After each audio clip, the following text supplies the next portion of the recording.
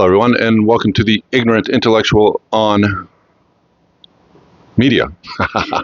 The media we're doing today is movies.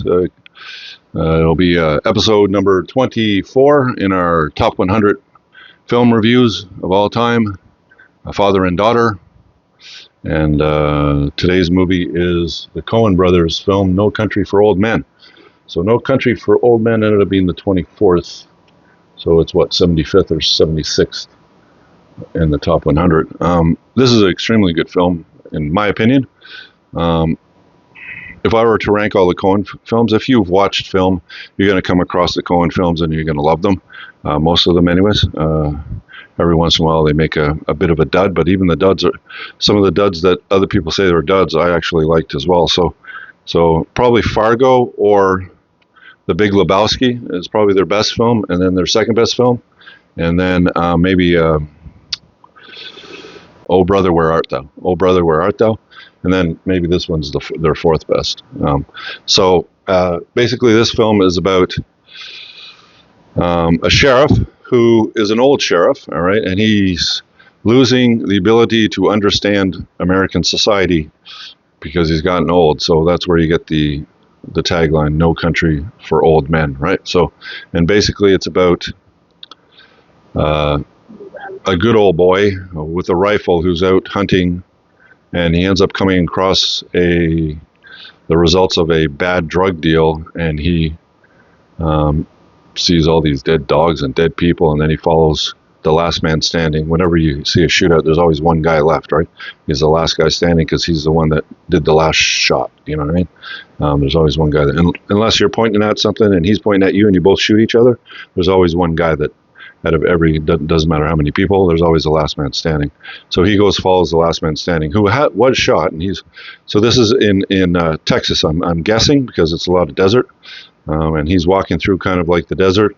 He ends up at a tree, and there's the guy, and he has a suitcase, and it's full of like millions of dollars.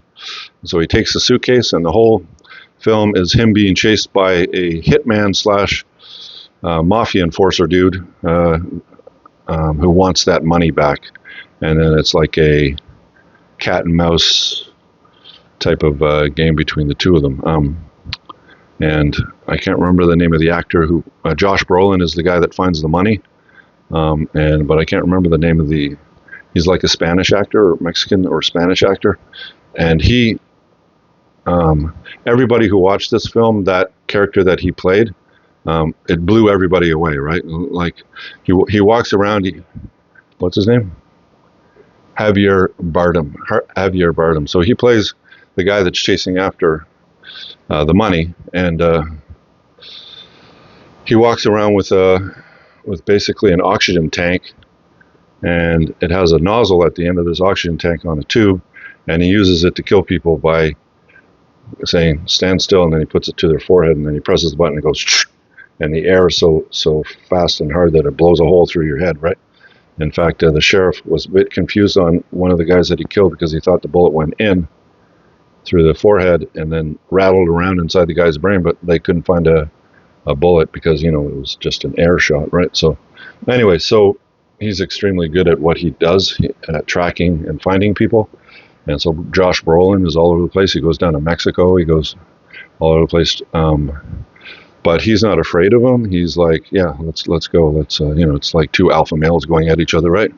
And it's quite an interesting film, especially Javier. His character is quite unique. The discussions he gets in, like he was at a corner store. He gets into a discussion with that guy, and that guy pisses him off. So he says, we're going to flip a coin, and he's not telling him what he's flipping the coin for because it's whether he's going to kill the guy or not. So and he ends up guessing correctly, so he ends up living, right? So anyways, it's quite an intense film, and I really thought Josh Brolin's wife, I can't remember her name, but she's like, whoever did that character, I can't remember the name of that actress, she did an extremely good job.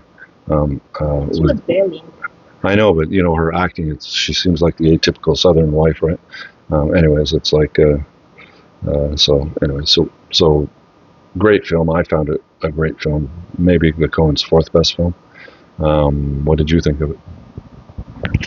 I have like a complete opposite view on this film. I think it was boring. I don't know, maybe it's just my age. I'm a girl. I don't know. Like only the beginning and maybe some of the middle parts I found very entertaining. Like the first one, the dead dog, for example. Like the dog, either it's well trained or it's a real dead dog. Because I was convinced that that dog was dead. It didn't even flinch, even once. And what really got my interest was, well, actually, first of all, I don't understand why he didn't, like the main character guy, why he didn't just run after the tracker was off, because he has the money. No one can find him. But I guess he doesn't want to run away from it. He just want to face it. No, Alpha male problems. Because the Javier character, whatever, said you need to beat me, otherwise I'm gonna kill your wife and your. Oh yeah, I forgot about that part. Anyways, but what really like got my attention in this film was the hitman, Javier, because he's like so intense. Like my dad mentioned, the air gun thingy, the air pressure gun. The way he did that, wow! Like I've never seen a movie use that tactic before.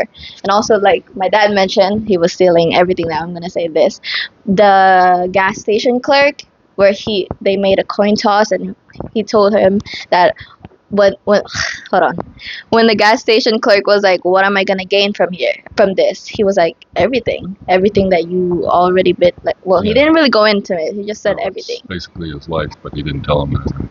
Yeah, and like the conversations in it where Javier has all these different conversations with different people, like Woody Harrelson was in that film. He was another kind of tracker guy that worked for the businessman or whatever that the drug deal was made in the first place. He was the owner of the money or whatever. He's like having a conversation with Javier, and then it gets, it's like intellectual conversation. Some of it you may miss if you're not paying attention, right? So, and that's another kind of thing. It's like some of Tarantino's films, they'll get into conversations, and you got to kind of pay attention to understand what's going on. This is kind of that way too. The Coen films are that way a lot. So yeah, I 100% missed that. When he crossed the border to Mexico, that's when I just fell asleep. I mean, I was waking up to some parts. Like, I saw some parts of him waking up in the hospital with the second hitman. Then I fell asleep. And then I woke up to him being dead. Like, to a shot of him being dead. And then my dad explained to me that there wasn't even a big, like, event of it. They just opened the door and he was just dead, which is weird for a main character. That was the thing about the Coen film that I didn't understand was, why didn't they show the death of Josh Brolin? Basically, he's walking outside of a hotel, and there was a girl at the pool, and she kind of propositions him with, "If you want to come back to my room to have a beer or whatever," and he says he's married or whatever, and then it kind of moves forward, and like a bunch of Mexicans or somebody end up showing up at the hotel, and then it jumps forward again, and he's laying in the doorway of his room on the ground dead, and the woman I think is floating in the pool, but I don't remember exactly if that's. I think the woman is like floating in the pool and she's dead as well, but you don't see that scene. It's like they cut that scene out and they jump from him talking to the girl and going on. Now he's dead, and I had a difficulty recognizing whether that was Josh Brolin or not. And I'm going, is that Josh Brolin? Because that doesn't make any sense. That doesn't make. Why would they kill him off like that? You know what I mean? And who has the money, right?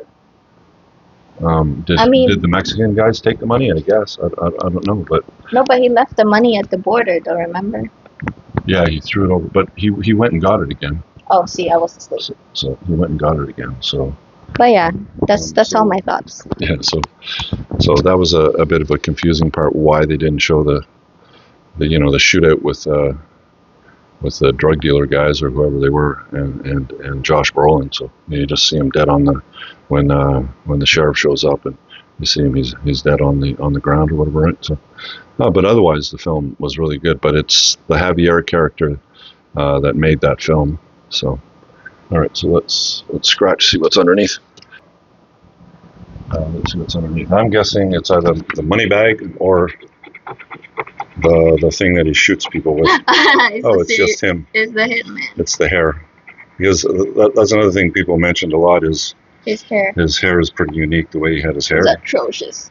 And so So that's No Country for Old Men, the Coen Brothers film. Next up is The Bourne Identity.